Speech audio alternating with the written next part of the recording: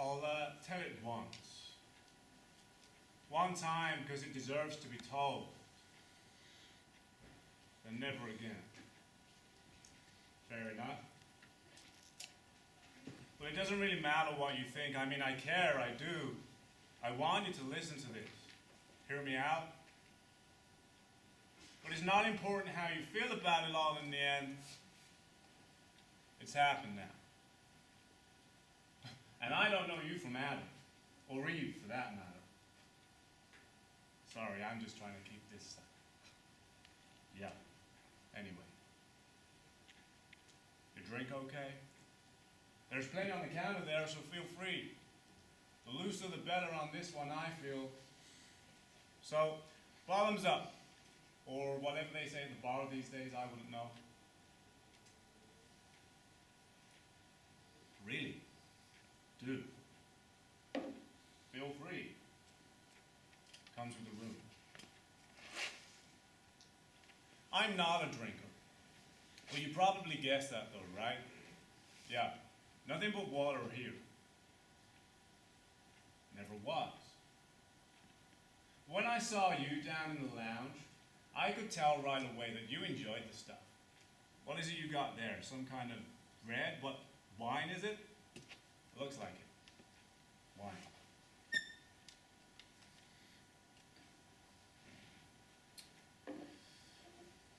So anyway, when I saw you alone like you were, getting through that bottle, I figured you'd be a great listener. That you wouldn't mind if I told you all this. And if I'm lucky, by tomorrow you won't even remember it. I'm kidding. But you're okay. Comfortable? Good.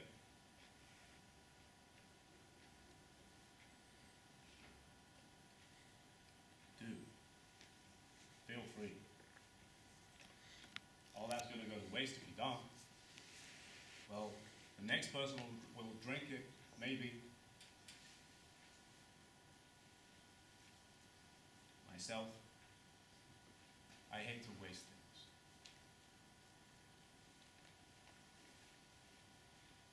So, where should I, let me see. All right. I never used to travel. Pretty much stayed in our branch office all the time. Did things over the phone, handled it all that way, you know. Never cared much for traveling all the time, meeting clients, that end of things. I mean, I did it when I first started, low man on the pole and whatever. But once I got the old MBA foot in the door, I stuck to the desk as much as I could. I like it, that office, I don't know, feel, the atmosphere. Faxes coming in, people zipping around, emergency strategy sessions, all that. Feel like I'm a kid again, playing a war or that kind of thing. And I don't mean exactly that, you know. It's a whole different thing out there, I gotta tell you, the world of business, it is. All that dog eat dog, jungle out there stuff is pretty cliche now, but it's true. I can see what guys love about it. And I don't mean just guys either, because there's plenty of women in the field too, obviously. But I mean guys as in like, well, guys, you know? How it's used these days. All encompassing. It's very high stakes. Lots of cash floating around you, and the pressures are real, well, it's just hot. Day in and out. Seriously, it is. We may play it like a game sometimes, but believe me, not a day goes by in business where you're not out for somebody's blood. But hey, you know what I'm talking about, right? You're in what, sales? Yeah, I thought so. You look like the... I mean this in a complimentary way. You just look like you could sell things if you wanted to. I guess the point I'm trying to make is that it's a stress-filled situation I'm in. But I'm paid for it.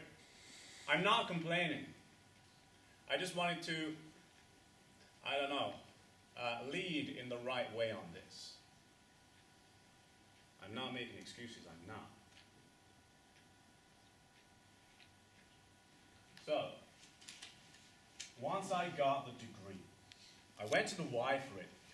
They've got a pretty decent program, and it's important, I think, anyhow, to get your schooling from different places. And since we lived in Salt Lake, I'd gone to the U to get my undergraduate. Because the whole BYU thing sounded a little intense for me when I was 18.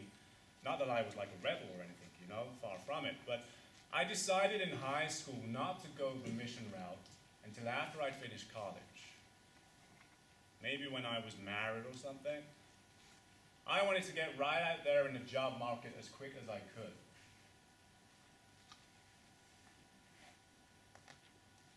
Looks like I'm losing you. I'm LDS, you know, Mormon. Yeah. Okay, so a mission is wherever you go. Oh, okay, so you know what I'm talking about. Good. I figured you did. I mean, Las Vegas isn't that far from. It's getting late. I'll try and be brief. Things took a bit of a turn for us last year. Well, about a year and a half ago now. The family, me and my wife, you know,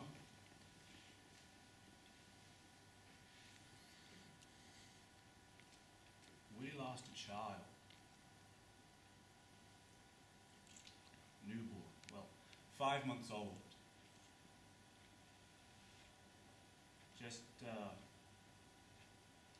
Just happened. Just like that.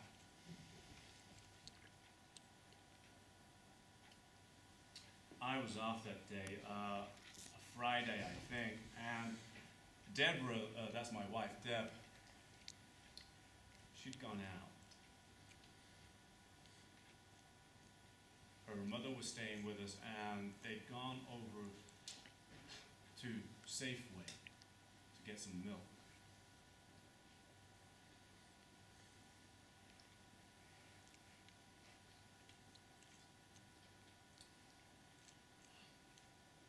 Dad put the baby down. Emma, we named her. She put Emma in our bed because that's where she'd been sleeping the past few months. We always thought it was a good bonding thing, you know? I'd read it somewhere, or she'd heard it at Relief Society or something. Well, that's what she did. She took her in, and off they went. You see, I was gonna lie down with her. I really was. But I just walked back into the living room for a second. Watch a little Wheel of Fortune or something, you know? 5 minutes a week to myself. And I fell. Fell off to sleep. Right there. There on the love seat in front of the window.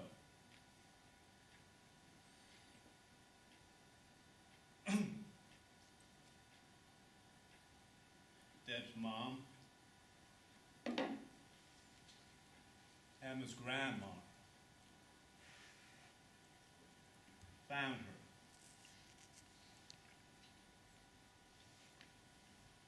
Maybe half hour later.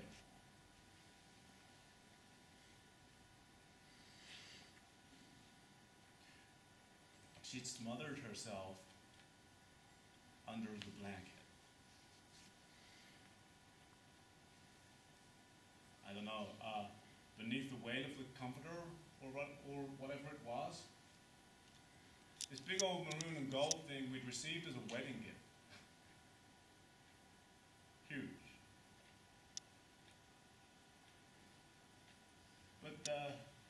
she'd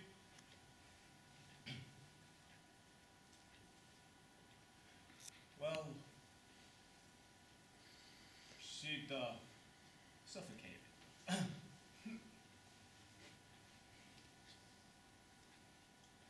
That's about as plain as you can tell it, right?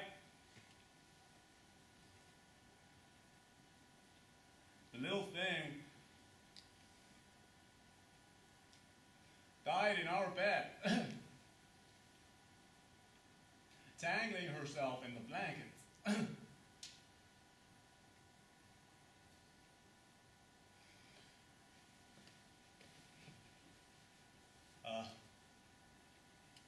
The police had to come,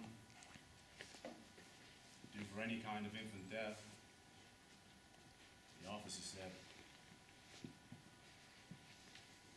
I'd pretty much got a hold of myself by then. Still crying.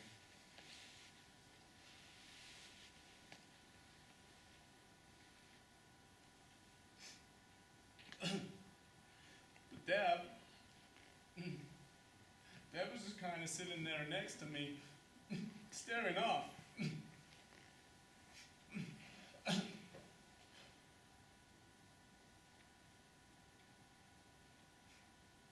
And this guy, this person, a detective, I suppose, was asking us questions. Standing there and firing off this series of questions. Standard procedure here, sure, but still.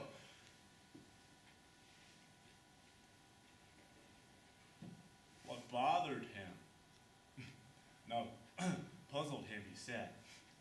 Never came right out and said it bothered him, but you could tell by the way he couldn't understand how the baby got so far down. Something about that seemed to be eating at him.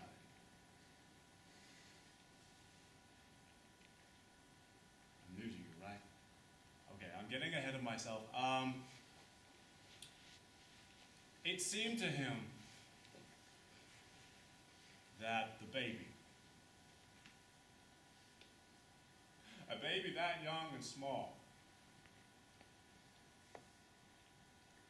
and she was such a small little thing, was too far down toward the foot of the bed and turned. That's what was eating at him.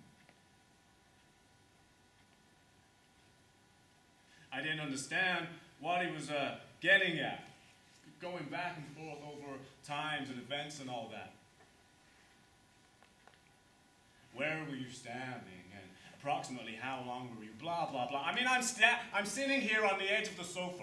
The bed my daughter has just died in, I can see through an open doorway back down the hall. And this person, this man, is pacing around, sucking on the chewed cap of a ballpoint pen, asking me quietly, did you check on her? What's he getting at anyway? That's a no-win, isn't it? I mean, think about it. If I didn't check on her, then I'm a bad father. Nothing he can say about that, but I carry around the guilt.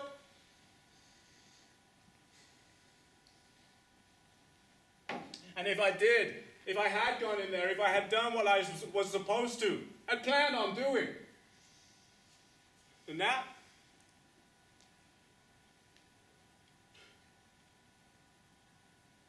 then maybe she'd be alive, maybe.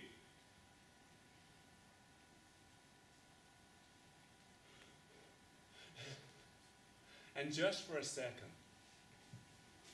just the briefest of moments,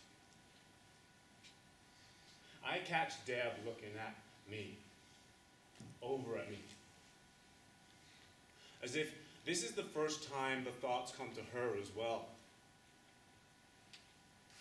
This possibility. The whole incident hangs there.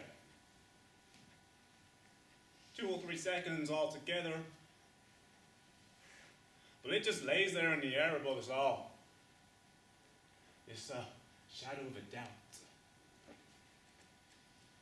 There's another cliche for you. It hangs there until I say very matter-of-factly, no, I didn't.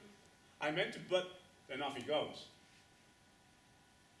Says, fine, cuts me cold, and off he goes onto another tangent.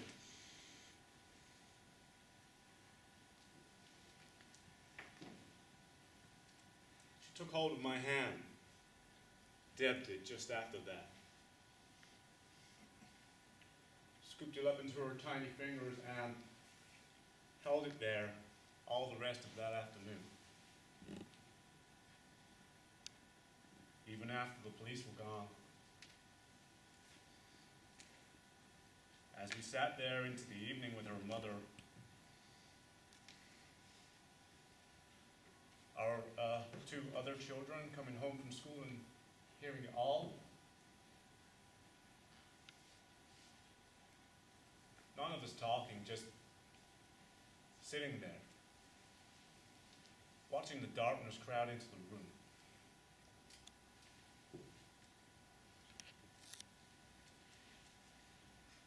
She held my hand, and somehow, because of that, I felt at peace.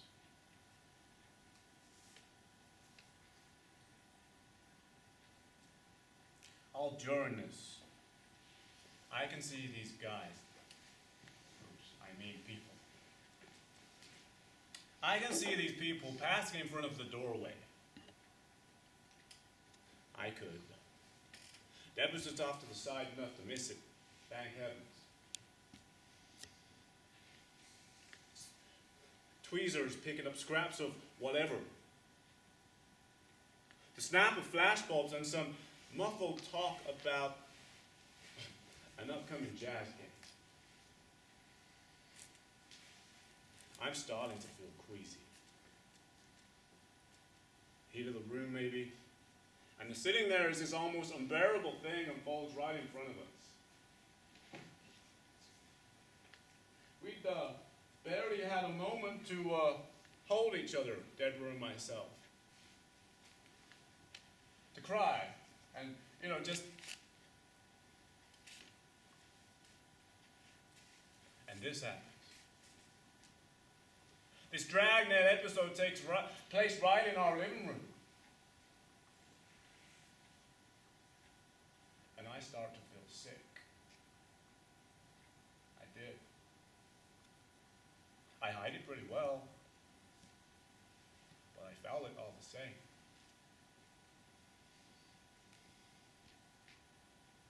Finally, they were gone. I looked around and the door slammed shut. And it was empty. The house.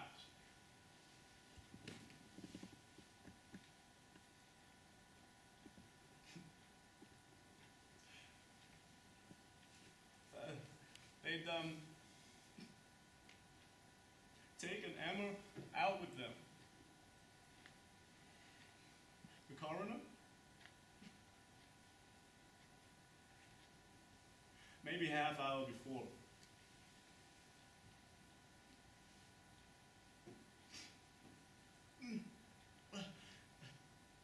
Wrapped in a little zipper bag.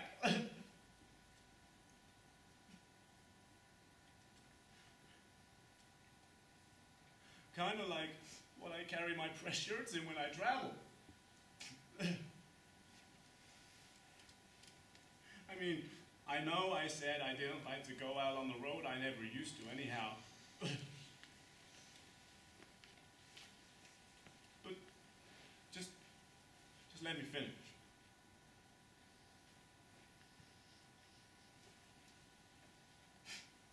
Emma was gone.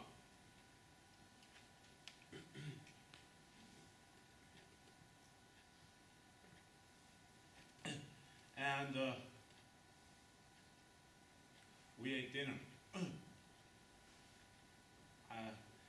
I think we may have even ordered out that night. I know that probably sounds horrible, but Deb couldn't face standing over the stove right then, so it seemed like we had pizza. Yeah, one from Sparrow's over at the mall.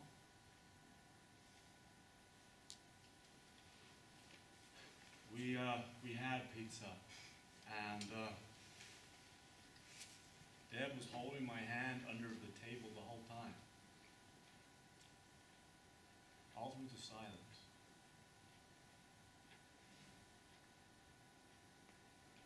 And we went to bed right after.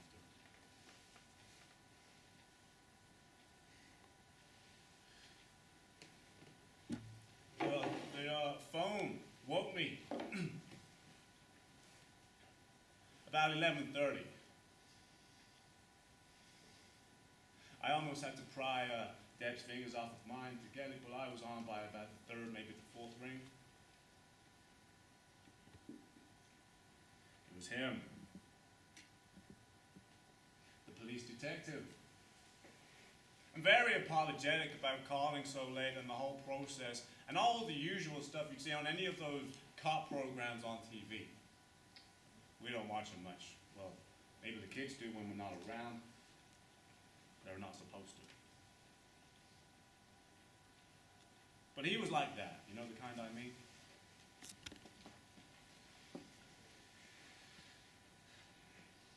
Everything had turned out fine, he said. Ruled natural causes after a few tests had been run, and he just wanted to let us know, and if there was anything he could do to help, he'd be... I hung up without him finishing. He put us through enough that day. And on a day like that, a day no parent should ever have to face,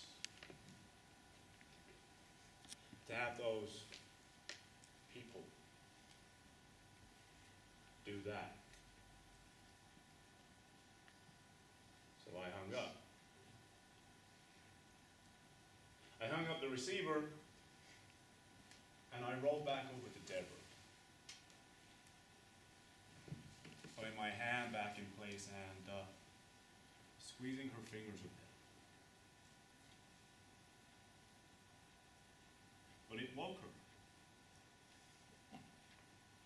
She woke up and we just whispered to each other,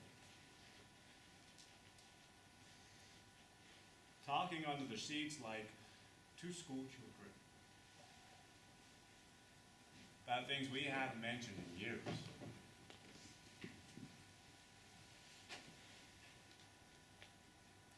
We were under the sheets. Just those. Because from that night on, Deb and I could never sleep with blankets on that bed again. It's probably odd, isn't it? Maybe not. But we couldn't.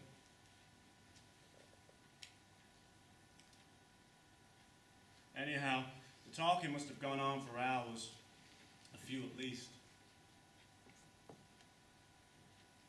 And then the kissing, and finally, well, you were not that drunk, you don't need to hear it all.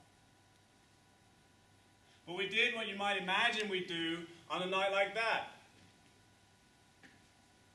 A moment when your entire life has changed forever. I don't know, that might have been the night that Joe was, that's our youngest, Joseph. Yes, he's named after our prophet, and I have a brother of the same name, so. But Joe came almost exactly 9 months later. He's a great boy. He really is. And over time, and with a new child, life goes on. It does. And it's strange to say that, you know? Because if I heard that from some other person saying it, I just wouldn't believe it. I mean, like a fast and testimony, if I heard that, I wouldn't buy it. Because it belongs. And I feel like everyone was just smiling and pretending to be all understanding. When really what they think is we're like a Chinese family getting rid of the dollar to get a son. And crazy things would run through my head.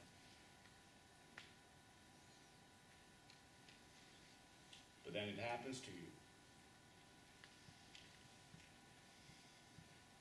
And it's true. You just go on. You do. You thank your Heavenly Father for giving you the strength to face His trials. And figure there must be a plan behind it all. A reason for so much pain.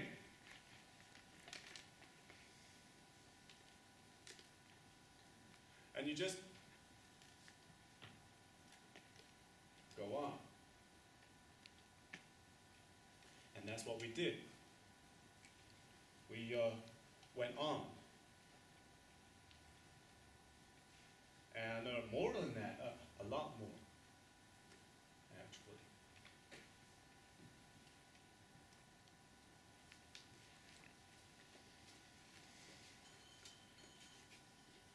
Let me fill your drink up, or you're not gonna. Well, if you're okay, you're okay.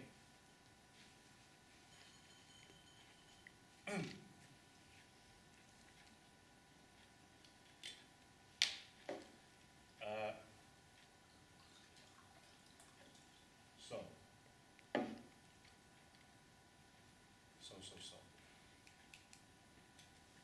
I've gotten off the path here somehow.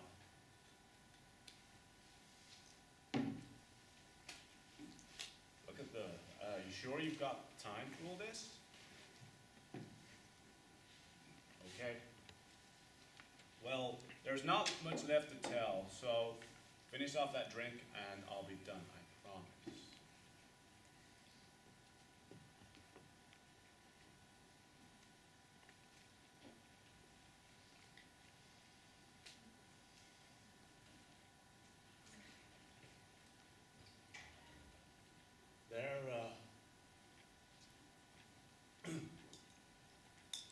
There was a problem.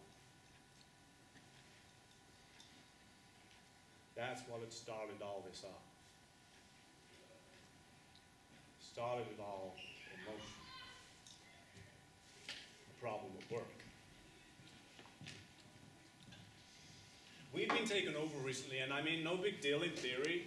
Happened all the time during the 80s. Some guys would take you over and you'd lose a few of the stragglers, the guys who couldn't keep up. And I do mean guys as in people, all people here, everybody. Because it was usually women at that point, not always, but a lot of the time. Takeovers were an excellent way of getting things back in order. And that's not just me saying that, you know. There's definitely an order to things in business. And the big boys at the top, the guys you never even see, just their pictures on the wall. They like things the way they've always been. So that's when a bunch of these women with their MBAs and their affirmative action nonsense would get the boot. Nothing personal about it all, at least I never felt there was. Just getting things spinning back the way they were supposed to be. Not this time. No. This time it was going to happen and nobody could tell which way things would end up. Everybody at my level, that mid-management kind of level, was pretty vulnerable. And we could count on, it came down that we could count on 4 of us from the Salt Lake office, that's where I worked. I commuted in every day from our room because of the standard of living that area afforded us. But it would just be up to fate as to who got the axe. Another cliche. cliche, right? Yeah, I know. I'm full of it. Or it. Full of it. One of the two, I can't be sure anymore. So that was the story. 4 of us were going to go, 3 of which I and everybody else had a pretty good idea of. 3 who should have gone a long time ago. There was me, who'd been steady, strong, and average or slightly above, and a good sense of humor and everything for the past 7 years. Well liked, and I liked everyone, or most everyone. There was this woman, a few years younger than me, and had been brought in on a wave of new hires 4 years back. Just plain vicious. I mean, talk about cliches and all that. She was a walking one. The business suit and the blonde cut hair thing going. No. Can't ever even remember seeing her smile. You know what I'm saying? But she was one. She knew her stuff. I knew it. We all did. And so did she, and she reveled in it, actually. Sales, the numbers, the whole game. Like I said, she was one. There was me, and her, and a couple of other folk that had about the same seniority as I had. And that's what hung over our heads. Day after day, each of us, as we go into work. It was coming. And we knew it. It was going to happen, and all we could do was stand there looking at each other as we wait.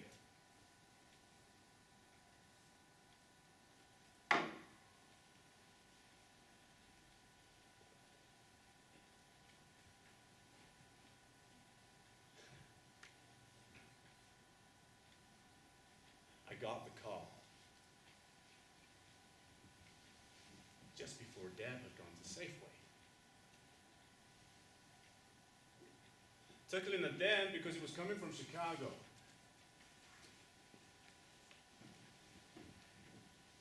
A friend of mine from the Home Office. A friend from school, actually. With a tip. A tip he'd heard that day and wanted to call me with it. It was me. I was the one who would make up the fool. And he was so sorry and all that. He's a really nice guy, actually. I go and see him whenever I'm in Chicago.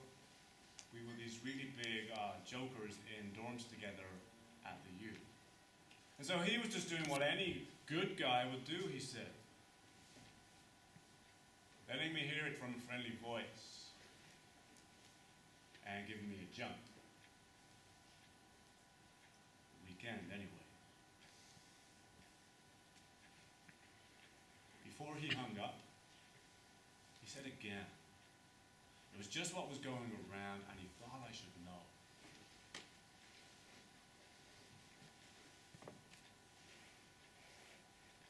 I couldn't even look at Deb as she was going out to the van. She called out and told me to wriggle in and get a snooze before the kids got home, and they'd be right back. Well, I just waved to her. Couldn't look, you know? Not right then. Just waved my hand. I was too busy looking at all of our things. And I mean all the things we'd gathered in 10 years together. The house itself, and well, just all of it. What was I supposed to do? How was I going to keep it all going? the lifestyle we made for ourselves, without my seniority, the benefit package, jobs being tight like they are all over, it just wouldn't be possible. It was like the moment in that film, Kramer versus Kramer, you know, where he decides he's gonna get a job that day. I felt like that. I keep bringing up movies and TV, and I don't mean to, because, you know, we really don't watch all that much. But there is some good programming out there, and that was an especially moving one, I thought. The way he fought that battle with his wife over his child. Anyway, so I'm standing there, taking in the VCR, or big screen TV, one of the kids' bikes. Through the front window, I can see the pathfinder.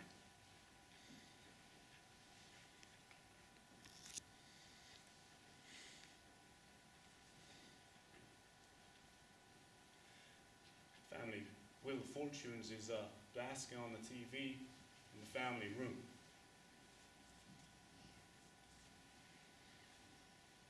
All these thoughts are running through my head.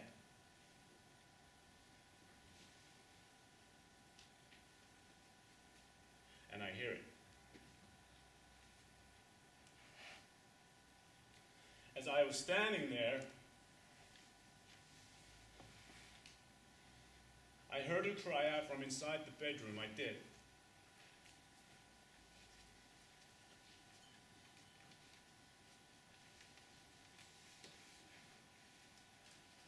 When I got to the doorway, she was already under the blanket. She was, I swear, under it and fighting to get out. I mean, it's just reflexes, right? Because she wasn't big enough to do anything about it. She just started to crawl 3 weeks before.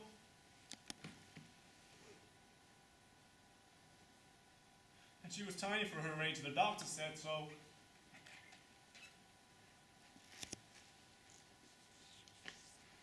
But she managed to get herself under that comforter.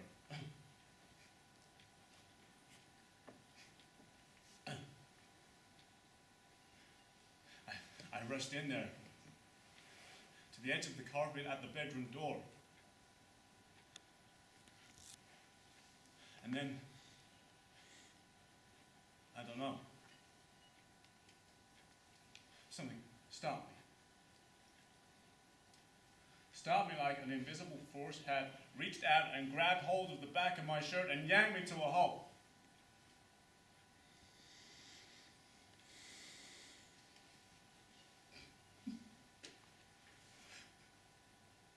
I looked in at her again. This little yelp coming up from her, she blundered around in there.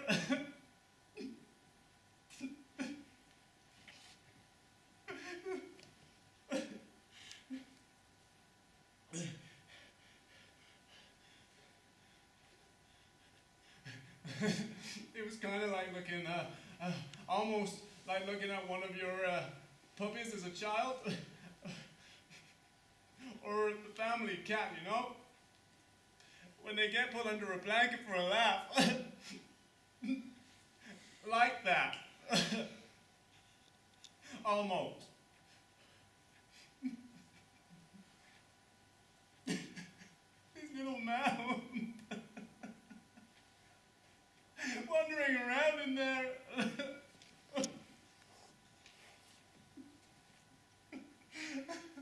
It was nearly absurd to walk in on something like this. I mean, you just could never be ready for something like that.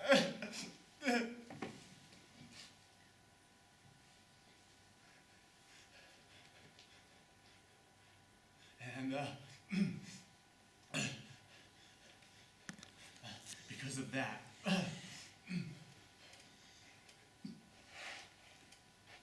that specific part of it, the unreality, I was able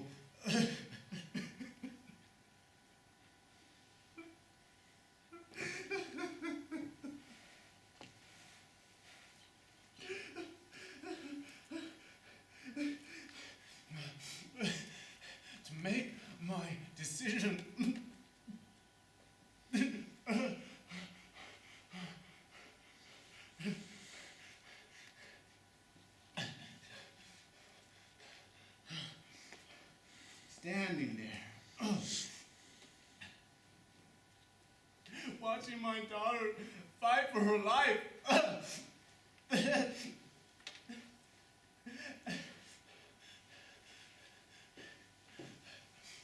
I made my decision.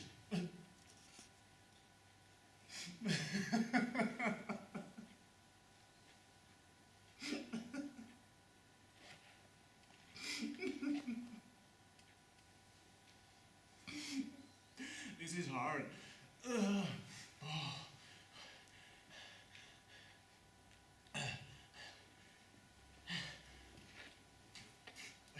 Anyway, you remember how I said and I hated to waste it. Well, when I looked at it, I mean rationally, I realized that's what this was. An opportunity. And I wasn't going to waste it.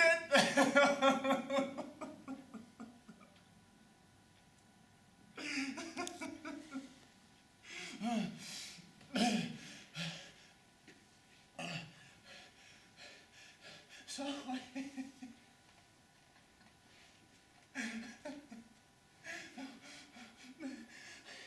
I'm just going to say this because it's a little...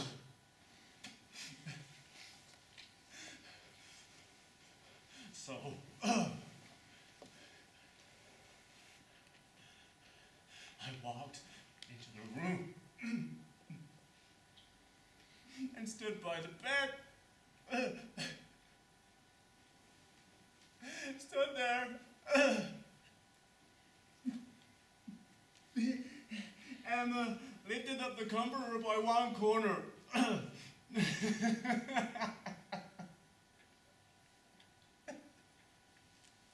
I saw her then. Her little fine sandy hair. And I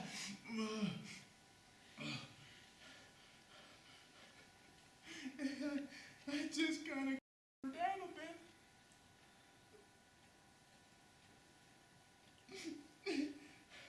Down a bit more with the edge of my butt.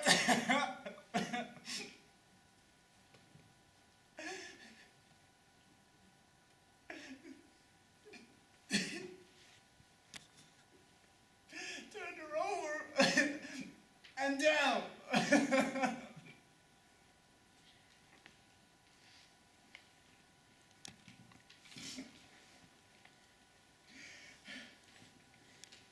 And then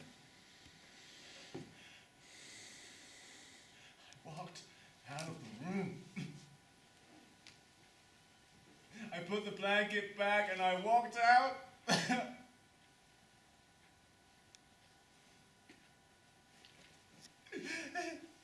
There was one that sound never made. But I just kept walking. Back out to the love seat in the family room. I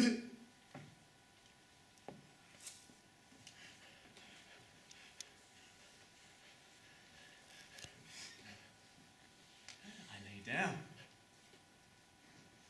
and made myself go to sleep.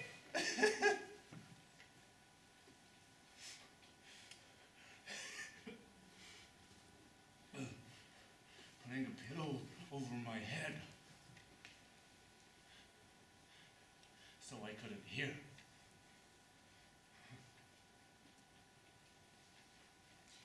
The point I want to make, though, see, is this: that it didn't have to happen that way.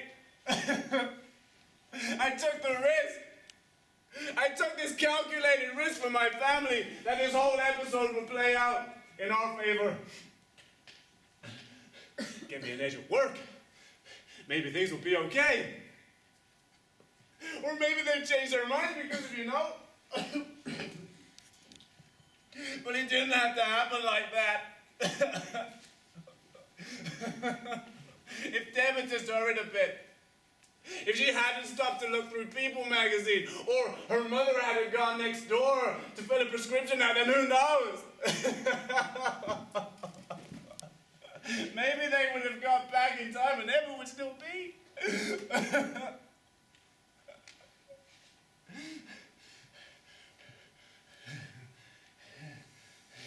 Sounds strange, doesn't it?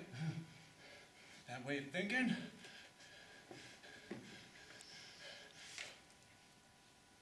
All I'm trying to say is, it was fate that took her. Just the whimsy of a red light, or a prolonged chat in a produce hall with one of our neighbors. Or if I never had even heard her in the first place, I mean, I could have gone in there and lay there next to her. I planned to. But I might have fallen off and never even heard her. Then who knows?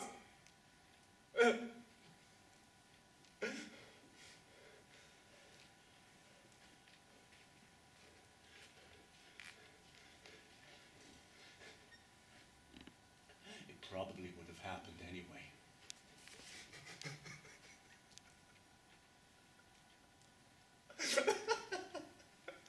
And it did happen! So you just go on, like I said before, your life goes on!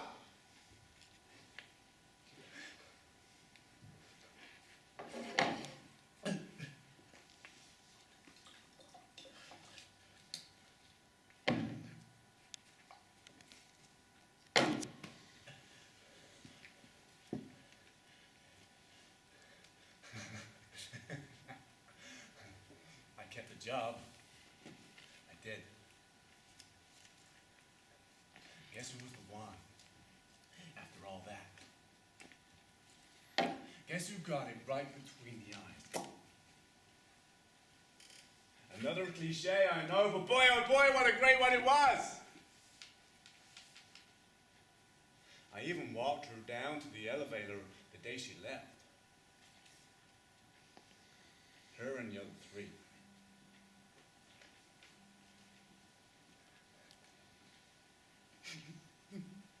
This was several months after all the other...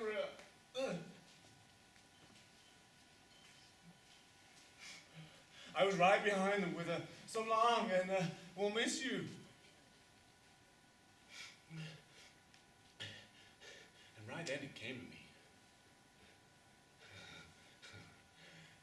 Came to me with all my friends standing around, and that little one. Well, she wasn't looking so strong anymore.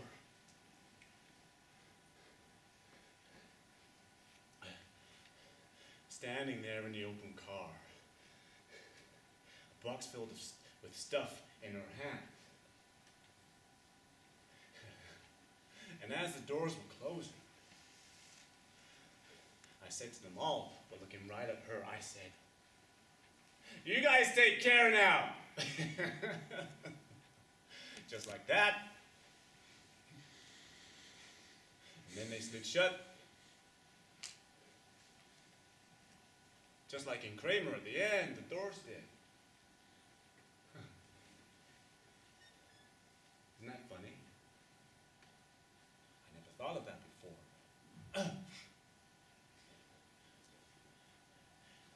They slid shut. I said that. And we laughed about it all through lunch, the guys and me.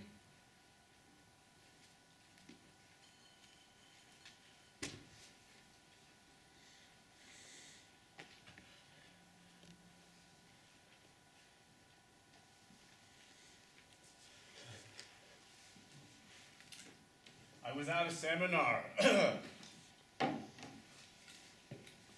Big yearly thing the company put on.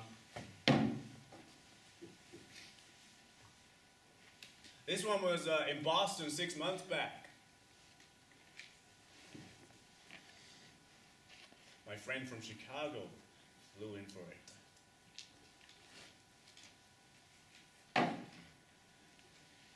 Okay, so after their morning session, just in passing, as we were both in the restroom at one point. He said something to me, my friend.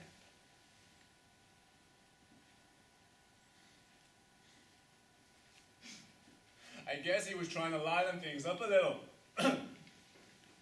He mentioned work, about the layoffs,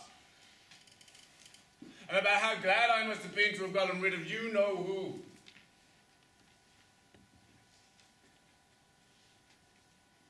And then he said,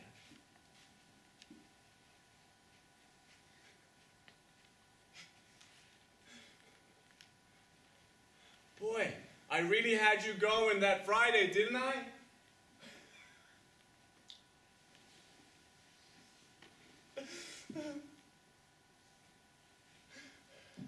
I turned to him. Standing there at the urinal, my fly still open.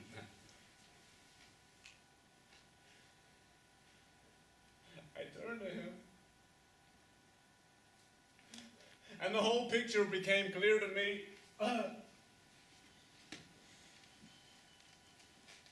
It was as clear as taking a look into the future. What he'd done, what we always used to do to each other. You see, he'd learned the real truth about what was coming, and he couldn't let it go without a little resin!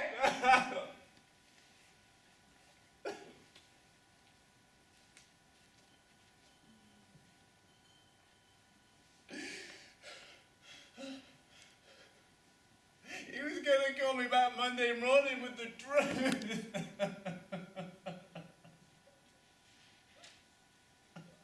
But by then,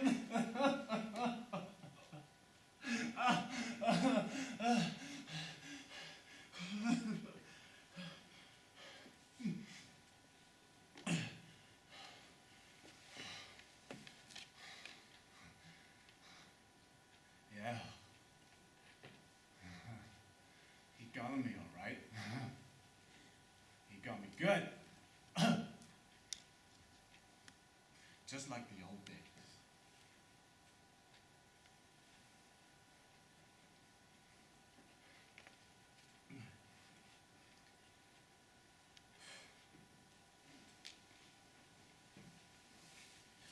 So,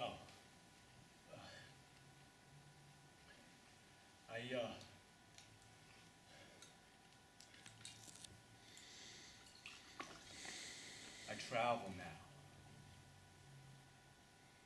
Same pay and everything. A little more, actually.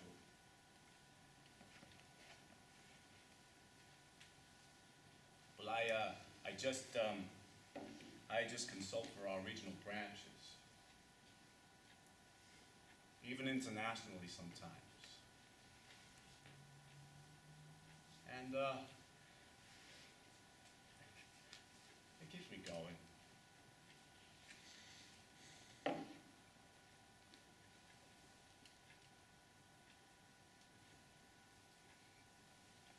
Deb and I are fine. And Joe's getting huge, he really is. I'd show you guys a picture, but I don't think I have one on me.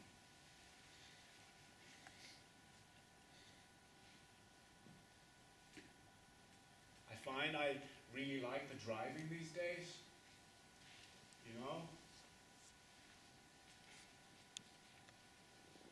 Gives me a lot of time to just,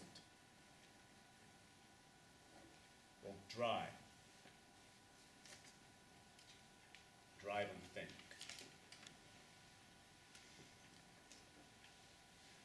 I don't usually get a room.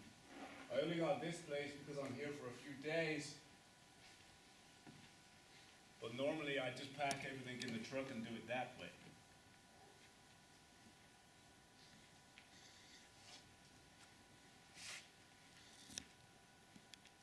It's funny how things end up, isn't it?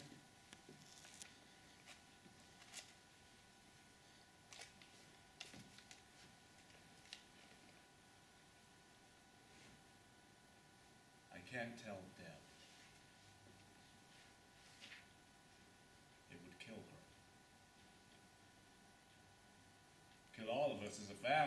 I mean, that's obvious.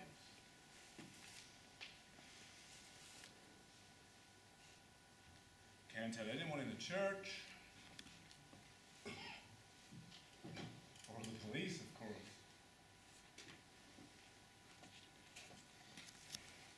So I chose you. I saw you as I was walking through the lobby. And I just chose you.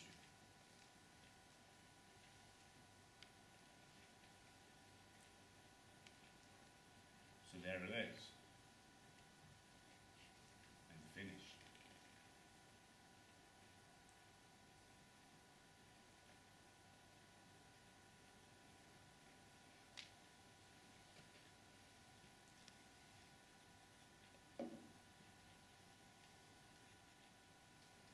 You guys should probably, yeah,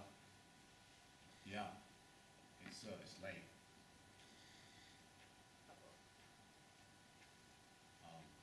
Go ahead. You know, and thank you again. You've been very, you guys got kids? No? Well, when you do, you be good to them, okay? There's nothing like them in the world. Believe me.